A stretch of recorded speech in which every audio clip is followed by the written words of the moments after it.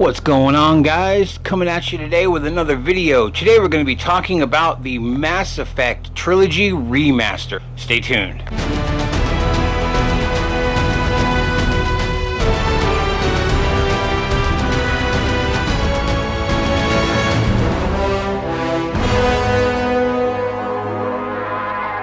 Okay, so we got confirmation that the development for this kicked off in early 2017 and that they will release it within this next fiscal year, which for EA ends March 31st.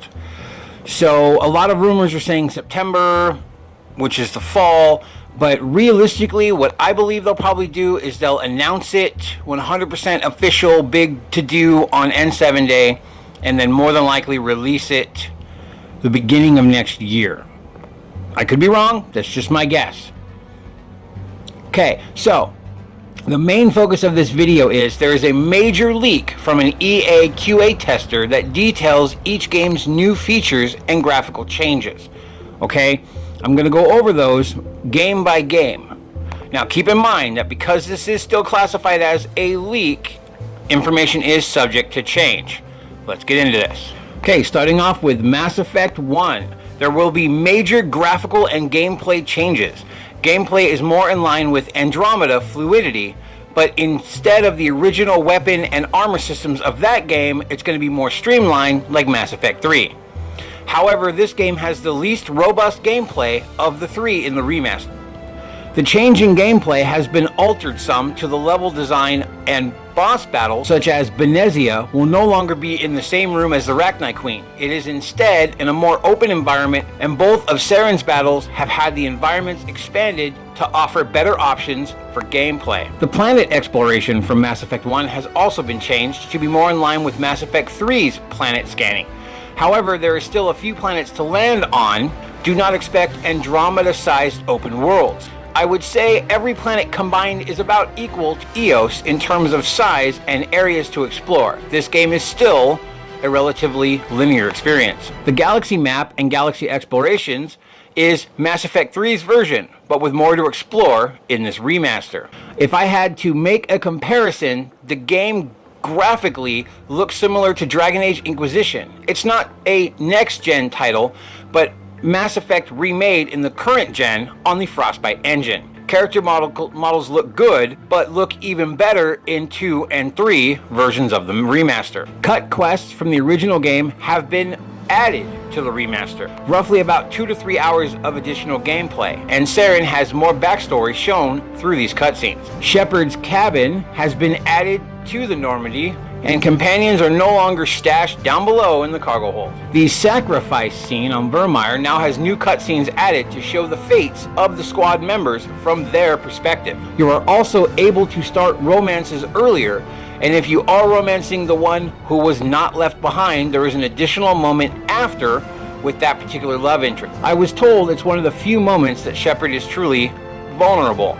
Bring Down the Sky and Pinnacle Station, the 2 DLC packs from Mass Effect 1, are now included in the base game and are not considered DLC.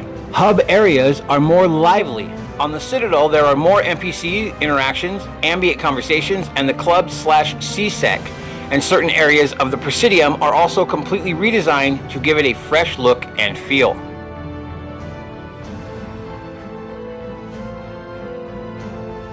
Moving on to Mass Effect 2. Major graphical and gameplay changes just like Mass Effect 1. The gameplay is more in line with Andromeda fluidity, but again maintains the streamlined armor and weapon system like Mass Effect 3. Character models are noticeably improved from the Mass Effect 1 remaster. Graphically, it is still on par with Dragon Age Inquisition overall. Planet scanning is back, but improved and more in line with Mass Effect 3 than the original Mass Effect 2 game. They have added more to the hub worlds instead of giving planets to explore. The Presidium and wards from Mass Effect 1 have been added with obvious environmental changes from the aftermath of Mass Effect 1. Parts of Omega that were previously cut from the base game have been now added to the remaster. All of the DLC from the base game has been added in or rolled into the story, so you don't have to activate them individually like you did before. Cut quests and content have also been re-added. We've also been told that they have made the game more adult as in certain romance scenes / environments are no longer strategically non-nude. If you romance Kaidan or Ashley from the first game, there's extra content with those characters later in the epilogue of the game. Additionally, after you complete the Arrival, which only activates after you beat the main game, they have added extra content of Shepard turning him / herself into the Alliance. It's during this epilogue that you can interact with Kaidan or Ashley briefly. Alright, moving on to Mass Effect 3. Like the previous 2 games, this one also has major graphical and gameplay changes. The gameplay is more in line with Andromeda fluidity, but keeps the core Mass Effect 3 inventory system. You get to play an extremely brief prologue as Admiral Anderson prior to the Reaper invasion. This allows players to see a little bit of Earth prior to its destruction, which was a major complaint from the original release. This will look similar to Mass Effect 2's remaster graphically. Character models have some incremental improvements, but unless you view them side by side, it's kind of hard to tell. It'll still look better than the original, but it won't look vastly better. Planet and war asset system returns, but is easier to manage, and you cannot unlock asset quests until you reach certain points in the game. Like the previous 2 games, they have added more to the hubs. Also, just like the past 2 games, all of the DLC from the base game has been added to the remaster and are considered main quests, so you cannot miss them.